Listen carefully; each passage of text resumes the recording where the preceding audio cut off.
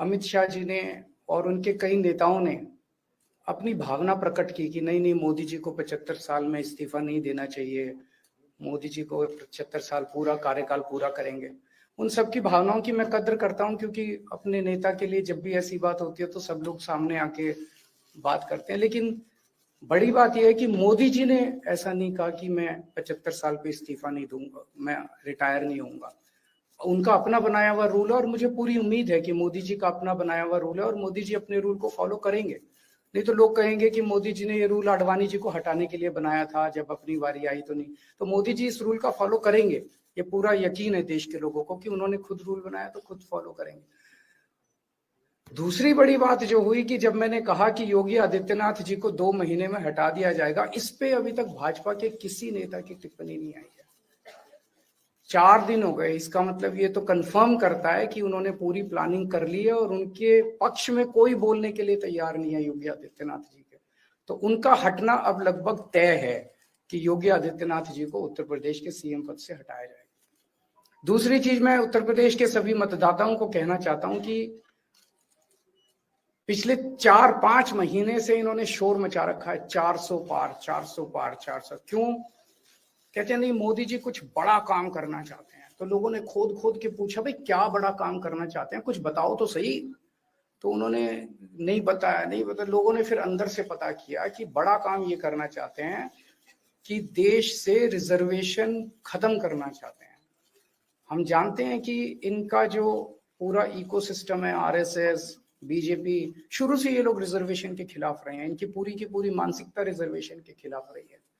तो मैं सभी लोगों को ये आगाह करना चाहता हूं कि ये बड़ा काम इनको 400 पार इसीलिए चाहिए क्योंकि ये रिजर्वेशन खत्म करना चाहते हैं। संविधान को, बाबा साहब अंबेडकर ने जो संविधान बनाया था, उस संविधान को ये तार तार करना चाहते हैं।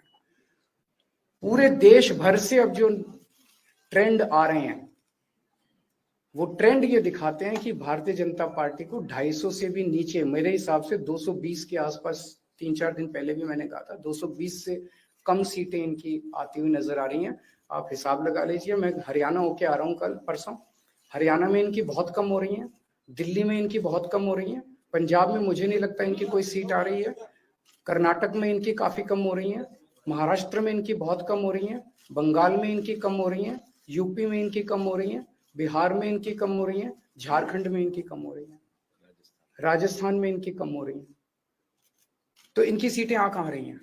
तो इनकी 220 के नीचे सीट आ रही हैं। इनकी सरकार बीजेपी की सरकार नहीं बन रही है, इंडिया गठबंधन की सरकार बनेगी और इंडिया गठबंधन की सरकार जो है वो देश को एक प्रगति के रास्ते के ऊपर लेके जाएगी। इस तरह से जो पूरे देश के अंदर एक नेगेटिविटी इन लोगों ने फैलाई है, उसको हम लोग ठीक करेंगे।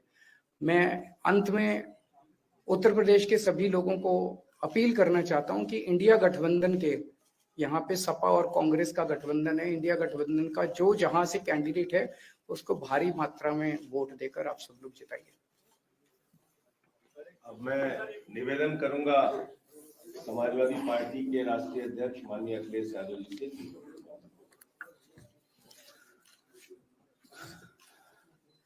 आदरणीय अरविंद केजरीवाल जी का मैं धन्यवाद देता हूं।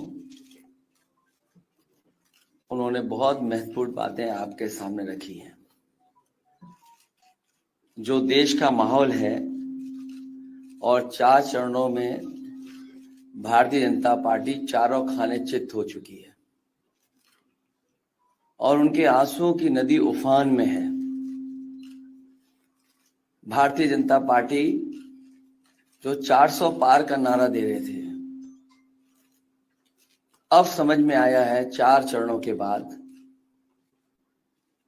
वो बात तो ठीक है कि आरक्षण पे सबसे पहले हमला करेंगे, लेकिन 400 पार नारा इसीलिए दे रहे हैं कि 543 में 400 के बाद वो सीटें देख रहे हैं, तो वो केवल